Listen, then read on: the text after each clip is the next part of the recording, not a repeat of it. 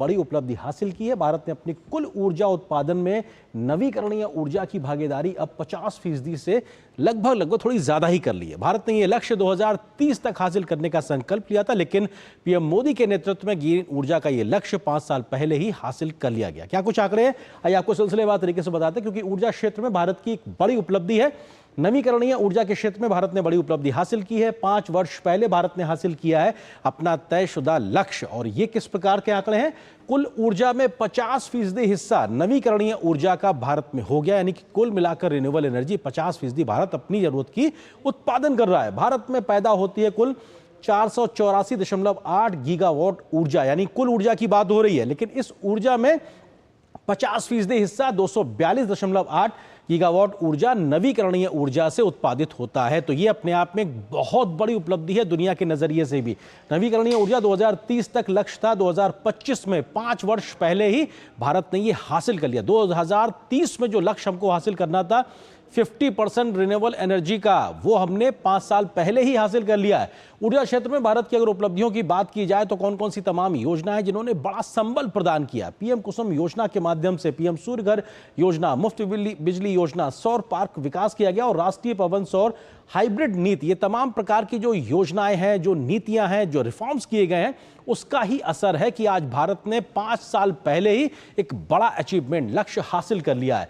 नवीकरणीय ऊर्जा में भारत की अगर बात की जाए तो तापीय विद्युत ऊर्जा लगभग 242 गीगावाट है। इसका लगभग 49% या कहा जाए 50% से 0.08% कम है एक तरीके से उसका योगदान। और गैर जीवाश्म ईंधन की अगर बात की जाए तो ये 242.78 गीगावाट भारत में है और ये 50.08% है कुल अपनी ऊर्जा का अगर हिस्से की बात की जाए तो ये अपने आप में 100%। और अपने आप में अगर आंकड़े की बात की जाए तो 484.82 गीगावाट कुल उत्पादन क्षमता, जिसमें से 50% गैर जीवाश्म ईंधन नवीकरणीय ऊर्जा के माध्यम से भारत ने अपनी क्षमता को हासिल किया है। अलग अलग सेक्टर्स के लिहाज से अगर बात की जाए तो उसमें तापीय विद्युत ऊर्जा लगभग 242 गीगावाट जो हम जिक्र कर रहे हैं, परमाणु ऊर्जा 8.78 गीगावाट है, ये लगभग 2% से थोड़ा कम है। बड़ी जल विद्युत परियोजनाओं की बात की जाए तो ये लगभग 50 गीगावाट के आसपास पहुंचती नजर आ रही है, ये 10% से ज्यादा है। नवीकरणीय ऊर्जा 184.62 गीगावाट है, ये 38% से ज्यादा है। और कुल अगर बात की जाए तो 484.82 गीगावाट, यानी कि तमाम वो रिन्यूएबल एनर्जी की जो सोर्स है, जिसकी वजह से भारत ने अपने 2030 के लक्ष्य को 2025 में 5 वर्ष पहले हासिल कर लिया। इसी बड़ी खबर पे हम करेंगे चर्चा। इससे जुड़ा है आज का हमारा विशेष भी, और जो इस वक्त आपकी टेलीविजन स्क्रीन पे है। रिन्यूएबल एनर्जी क्षमता में भारत बना उदाहरण, क्योंकि दुनिया के सामने भारत नजीर पेश कर रहा है। और इस विषय पे बात करने के लिए बहुत ही खास मेहमान इस वक्त हमारे साथ में मौजूद है। उनका परिचय कराते हैं। डॉक्टर अजय माथुर हैं, जो कि डायरेक्टर जनरल हैं international solar alliance. International solar alliance Bharat की एक पहल है जिसमें दुनिया भर के लोग जुड़े हुए हैं। बहुत बहुत स्वागत है सर हमारे साथ जुड़ने के लिए। इसके अलावा अभय बाकरे जी जो हैं हमारे साथ में, जो कि मिशन डायरेक्टर हैं नेशनल ग्रीन हाइड्रोजन मिशन के, और वो हमारे साथ स्टूडियो में मौजूद है। आप दोनों का बहुत बहुत स्वागत है। अजय माथुर जी, शुरुआत आपसे, क्योंकि इंटरनेशनल सोलर अलायंस के माध्यम से भारत ने दुनिया को सौर ऊर्जा की महत्व समझाया और भारत में एक बड़ा उदाहरण पेश किया। 5 साल पहले जो हमने लक्ष्य हासिल किया है उसमें सोलर एनर्जी का कितना बड़ा रोल है और ये कैसे चमत्कार हो गया है दुनिया के नजरिए से देखा जाए तो।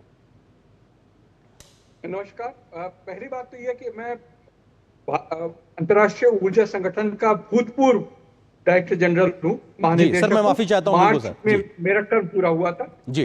दूसरी बात यह कि सौर ऊर्जा इसमें अधिक से अधिक है। लगभग जो पिछले महीने में हम लोगों ने करीब 6000 मेगावाट ऐड किए। ये 6000 मेगावाट पूरे के पूरे सोलर से ही ऐड हुए।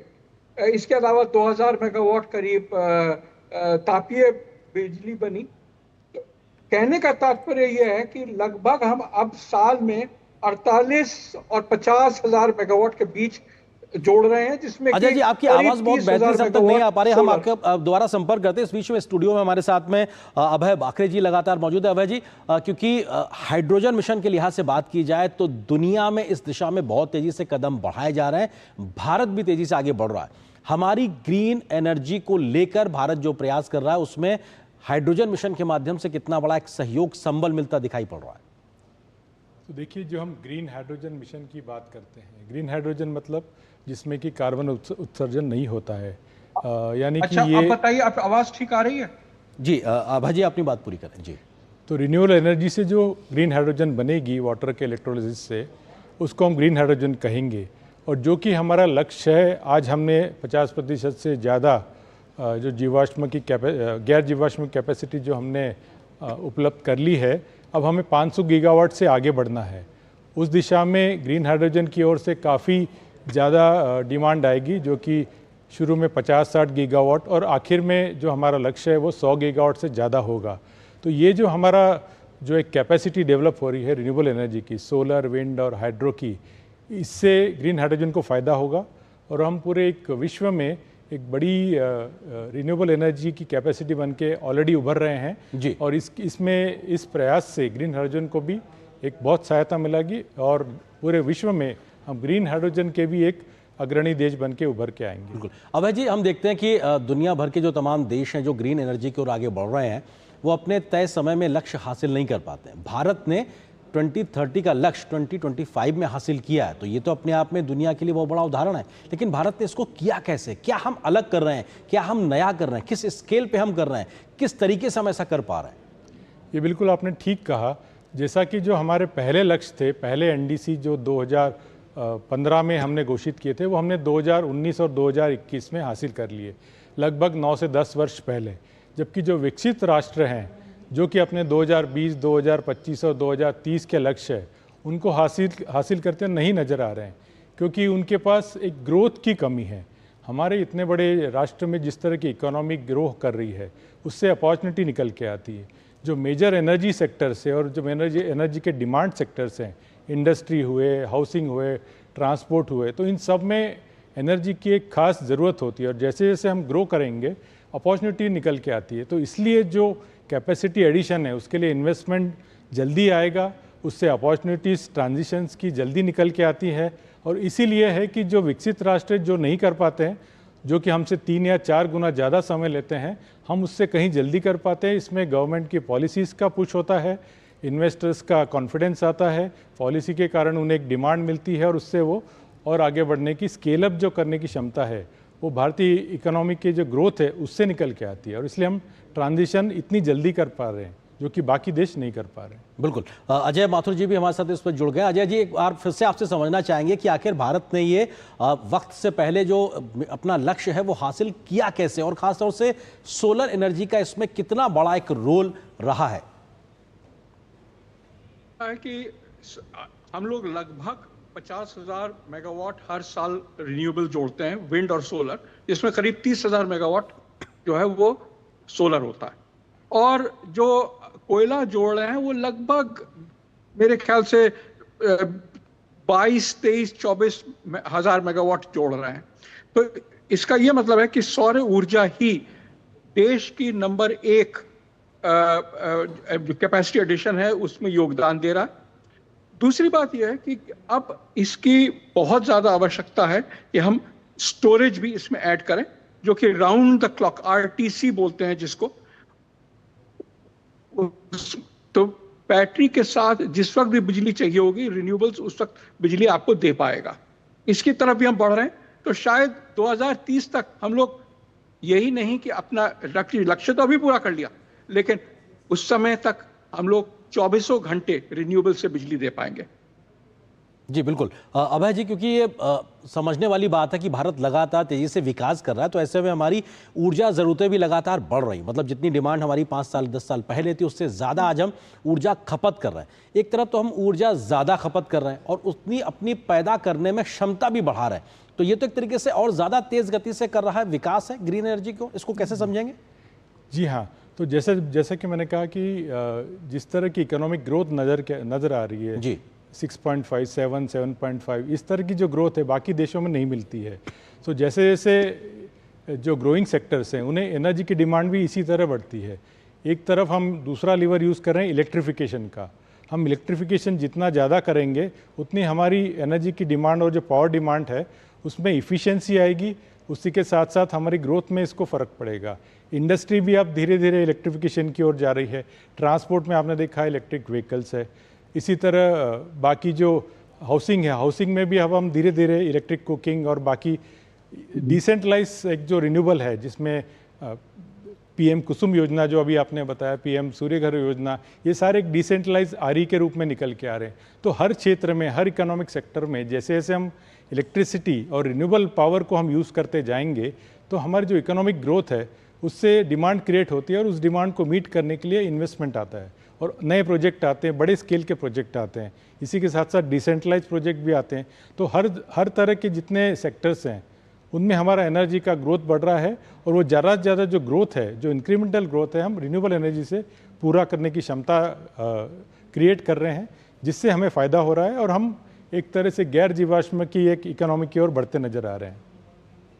बिल्कुल। अजय जी, एक चीज़ और आपसे समझना चाहेंगे, क्योंकि पेरिस जलवायु सम्मेलन के समय तमाम लक्ष्य दुनिया भर ने तय किए, भारत भी एक तरीके से उसमें शामिल था और हमने तमाम दिशा में आगे काम करके दिखाया। किस तरीके से जब हम एक देश के नाते ग्रीन एनर्जी की ओर, नवीकरणीय ऊर्जा की ओर तेजी से आगे जा रहे हैं, तो ये सिर्फ हम अपनी ज़रूरतों को ही पूरा नहीं कर रहे हैं बल्कि पृथ्वी के भविष्य के लिहाज से भी बेहतर कर रहे हैं। कैसे ये अपने आप में दुनिया के लिए एक उदाहरण है, जरा इसको थोड़ा विस्तार दीजिए। ऐसा भारत एक ऐसा देश है जहां पर डिमांड बढ़ रही है और साथ में सौर ऊर्जा और पवन ऊर्जा दोनों बढ़ रहे हैं।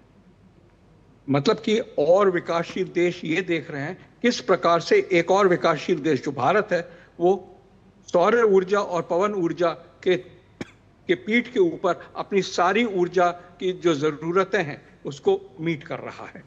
ये पॉलिसी का एक कमाल है और भारत की जो एक अटूट विश्वास है उसका एक कमाल है। कहने का यह तात्पर्य है कि जिस प्रकार से भारत ने किया उसी प्रकार से और देश भी कर सकते हैं।